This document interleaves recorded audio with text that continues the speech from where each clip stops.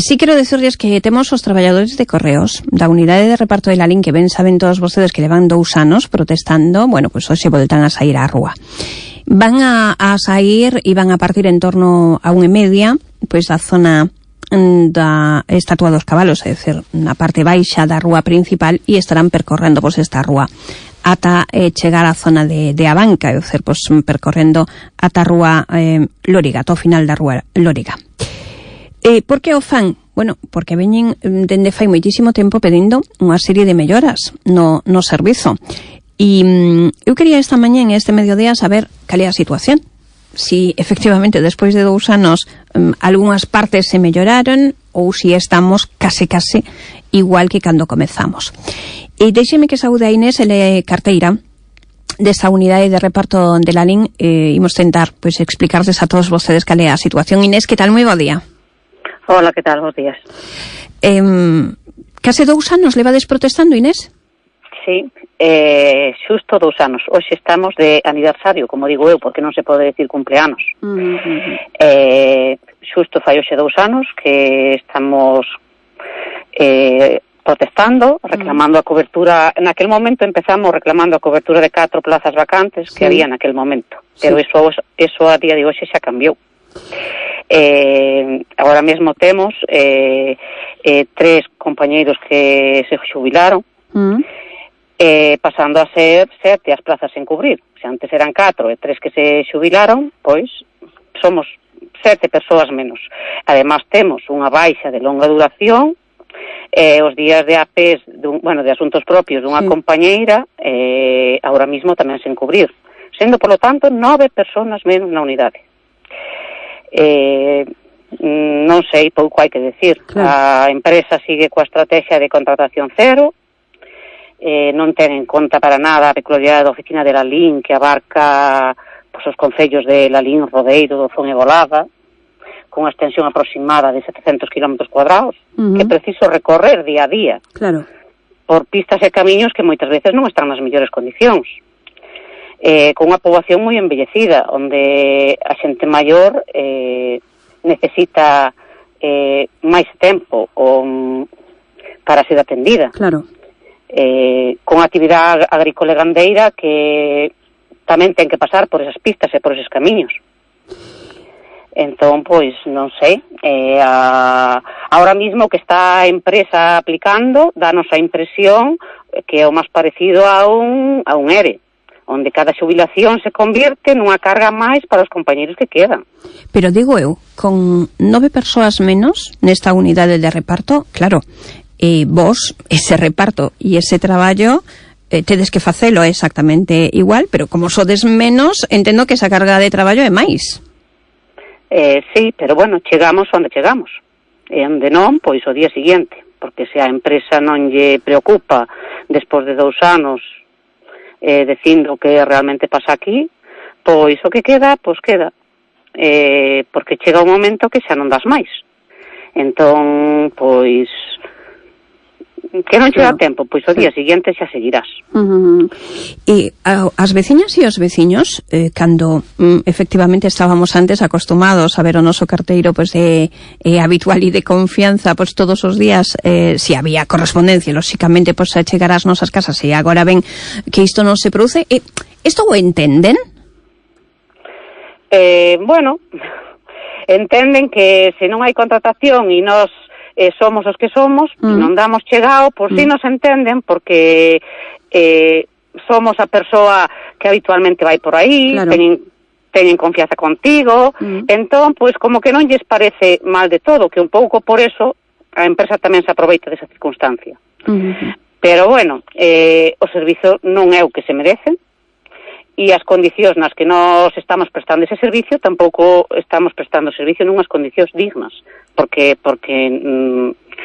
non se pode traballar a destajo, non se pode traballar así. Pero bueno, a empresa único que fai é precarizar cada vez máis este servicio, e nos consideramos que é un servicio público que ten dereito a xente. E bueno, pois non sabemos moi ben cal é a dinámica que siga a empresa, quitando eso que pensamos nós, que, bueno, donde hai oficinas con unha plantilla bastante próxima á xubilación, pois esas oficinas moi mal, porque todo o que sea xubilacións son plazas que non se cubren. Entón, eso queda para os que quedan. Claro.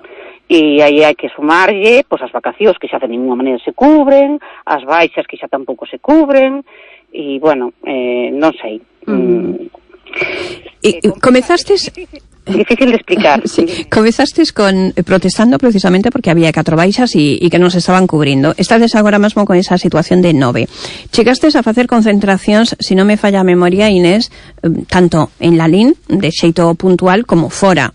Me lembro, pois, Santiago, ou me lembro tamén Pontevedra. Que vos resta por facer? Nada, non sabemos. Non descartamos ningún tipo de medida, sabes, porque non descartamos ningún tipo de medida de presión, tendo en conta que a empresa non atende nada do que lle pedimos, non atende absolutamente nada.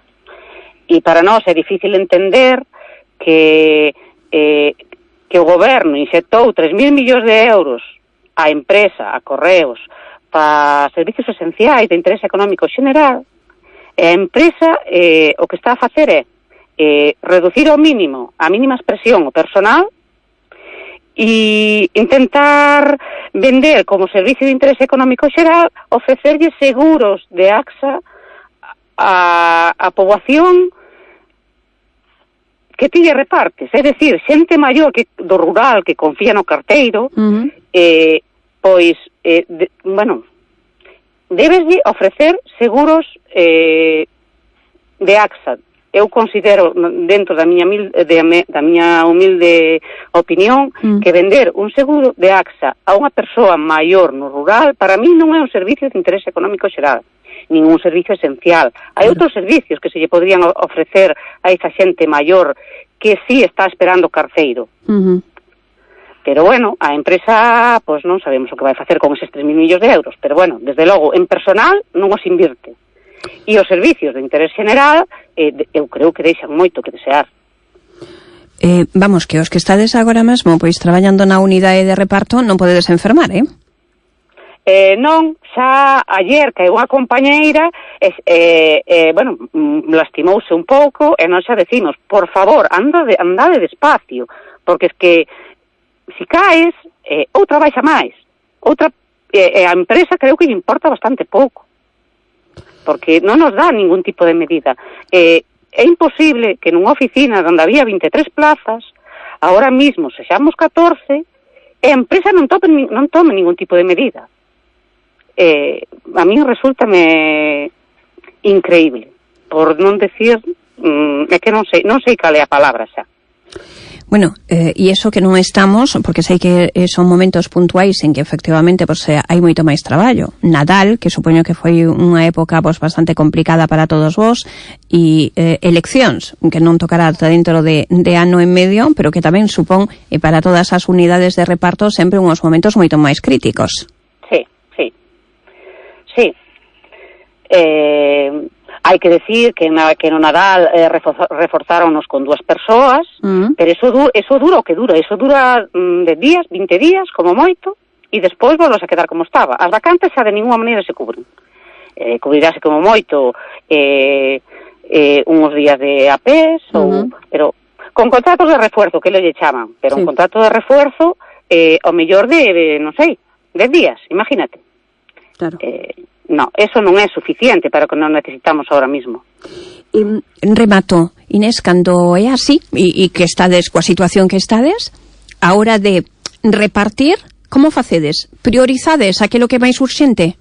Sí, claro, evidentemente. Priorizamos o que máis urxente vai e o resto, pois, se das chegado, e se non das chegado, ao día seguinte intentas empezar por ali, para que non che quede sempre o mesmo, sabes? Facemos o mellor que podemos.